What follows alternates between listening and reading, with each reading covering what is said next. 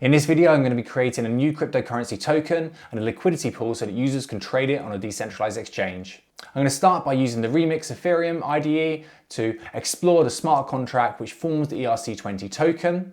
We're then going to move on to Truffle and deploying that to the Ropsten testnet. From there, we'll use the Truffle console to mint some tokens and transfer them across to a different account, before finally moving some tokens across to Uniswap along with a base asset such as Ethereum, so that we have a liquidity pool with one side Ethereum and one side a newly minted token, so that users can trade and swap tokens between the two. If I go too fast for any of this, then there's more details, code snippets and explanations in the blog post which is linked in the description. Let's get started. Our new token is going to be built on the ERC20 token contract standard. This will run on the Ethereum network. We can go ahead and start playing with this in Ethereum's Remix IDE. So if we create a new workspace first of all, and then let's go into contracts and create a new file, and we'll call this mytoken.sol.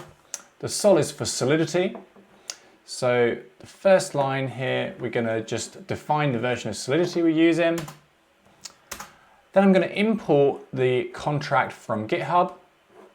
So let's find this. I want the Open Zeppelin ERC20 contract. We can find the GitHub contracts here. And what I want, I don't actually want the ERC20 token itself. I want one of the presets. And I'm going to use this preset Minterposer. So let's copy this URL and then paste that into import. And the great thing about Remix is that it imports all the dependencies that we need to run this contract. I'm then going to define my token, which is a child of the ERC20 preset Minterposer. Then I'm going to set the constructor function to create an instance of this with the name myToken and the symbol MIT. So let's compile this now within Remix. See if it works, which it does. And we can now go into run and test. We use a JavaScript VM. This account's fine. Let's deploy that. And here you can see we have all the functions of that ERC20 token, including this mint and pause function. So if I copy my address here and then go to mint, let's just expand this. We're going to mint some new tokens to this address. The amount is based on the lowest denomination, which includes 18 decimals. And you can see that's gone through here. So now if we copy that address again and go to balance of,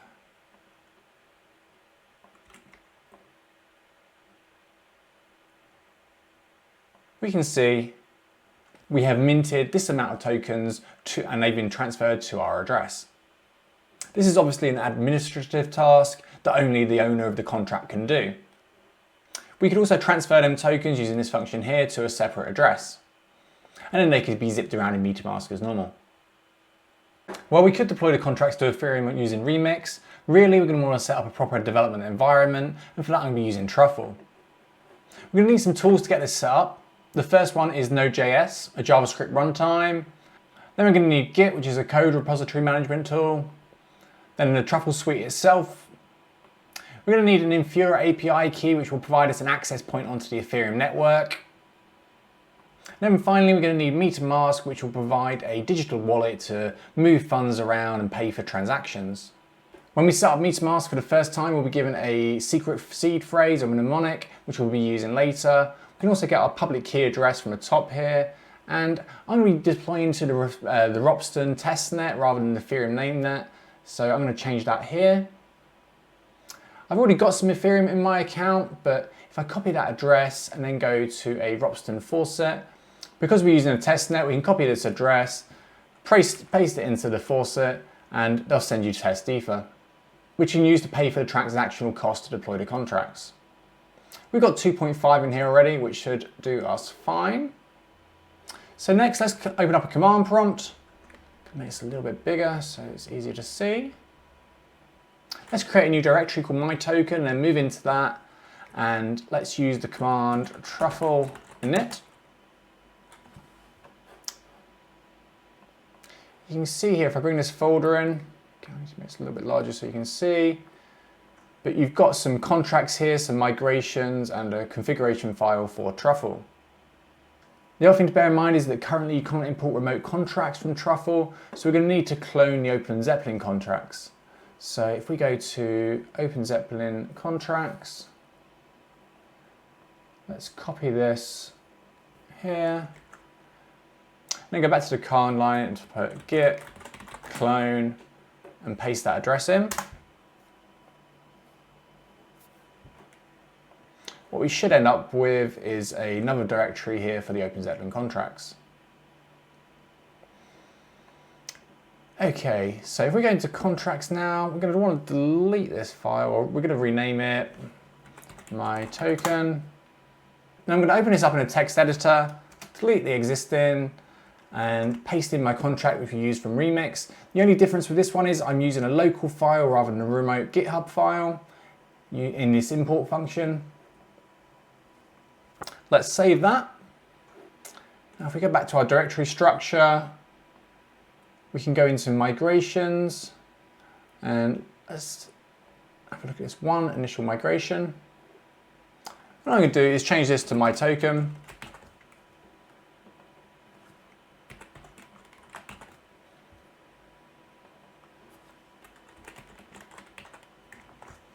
There we go, our initial migration will deploy the contract to the Ethereum Ropsten testnet. The final thing we need to do is set up the Truffle configuration file. Now we're going to want to uncomment some of these lines. I actually need to use npm to install this package. This is a node package for Node.js which we installed earlier. So let's just do npm install @truffle/hd wallet provider. I can go ahead and install in the background. Then we're going to put our Infura API key in here.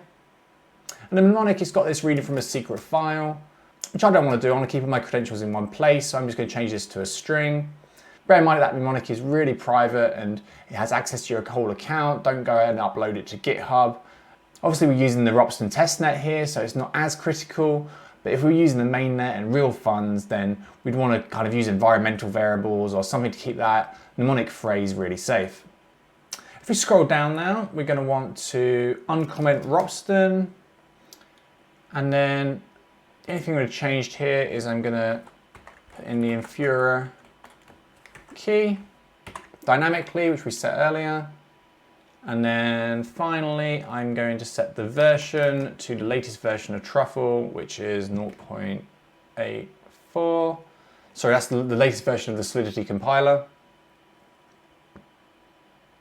Okay, that looks good. Let's save that. Okay, let's try compiling the contract on Truffle. So we're just going to Truffle compile. Fairly straightforward. You can see we've got the my token contract there and then all the other contracts that from OpenZeppelin that it's dependent on. That looks good. So if we go into the console now, so we go Truffle, console, and I'm going to add network, Ropsten. What we're going to do is we're going to get a command line here, which will allow us to run JavaScript-esque code to interact with our contract. So let's try migrating these, which will deploy the contract to the Ropsten testnet.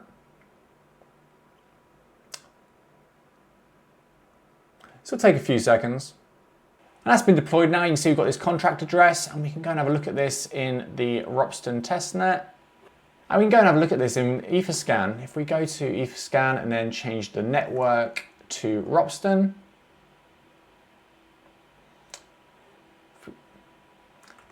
paste that contract address in. You can see it, there it is, this contract's been created. Okay, now let's create an instance of our contract and try minting some tokens. So if we use const instance equals await my token.deployed. Undefined means it's good. The same functions that we had available on Remix we can actually run here. So we can do instance.mint. I'm going to put in the contract. We're going to put in the owner account to send tokens to. And then we're going to be using a large number.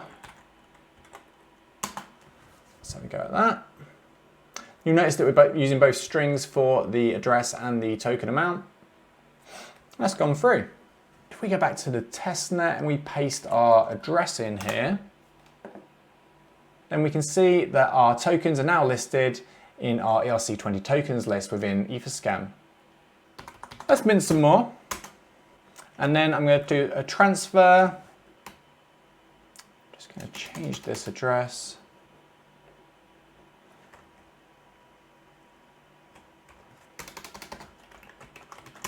I'm going to send all them tokens to my MetaMask wallet. If you use the mnemonic from your MetaMask wallet, then you don't have to do this step. We can't see them tokens yet because we need to add the token contract address. Now if we scroll back up to the migration, we've got the contract address here. Let's copy this and we're going to add that to MetaMask. So add token, contract address, MYT. You can see we've got 100,000 MYT tokens. So to summarize, we created a smart contract which forms the functionality of our token. We've then deployed that to the Ropsten testnet, and then we've minted and transferred some tokens. I'm now going to use them tokens to set up a liquidity pool on Uniswap. Okay, if we go to Uniswap and then we go to pool, zoom in a little bit, and then go to more, create a new pool. And we're going to add our contract address in, which is this one. MYT, sorry, import that. Okay, so we're going to be using the base asset as Ethereum. We could use DAI or any other ERC20 token. I'm going to set the fee to 0.3 as that's standard for a normal token. I'm going to set the MYT price 0.001 Ethereum per MYT. Then we're going to need to set the price range. Because this is the initial deployment, I'm going to set quite a wide price range of between 0.00001 and 1 Ethereum per MYT. And the deposit amount, I'm going to want, say 0.5 Ethereum to 500 MYT. And that will create that initial liquidity pool. The more the base asset, which in this case is Ethereum, you can commit to the liquidity pool, and the tighter you have your range, then the less price movement you'll get when someone swaps tokens. Let's approve the spend of MYT. And then let's add this pool. Confirm.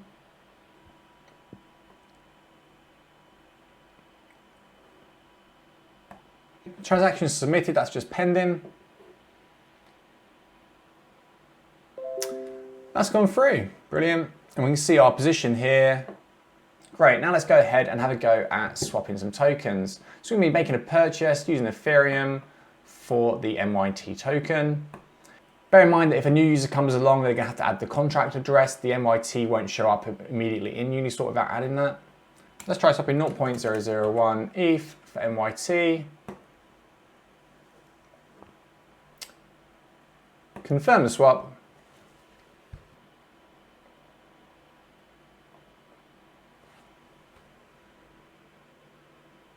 And there we go. We've made our newly minted token available on a decentralized exchange. So to summarize what we've done here, we've used the OpenZeppelin smart contract templates to create our own ERC20 compatible token. We've then used Truffle to deploy this to the Ropsten testnet and mint a bunch of our own tokens. We then transferred some of these tokens to a separate account and then created a liquidity pool using Ethereum on one side and our newly minted tokens on the other so that traders can come in and swap tokens between the two. This enables users to purchase our newly minted token on Uniswap. I hope that you found this video useful and interesting. There's more info in the blog post linked to in the description. Hit the like button for the YouTube algorithm and subscribe for updates. Thank you for watching.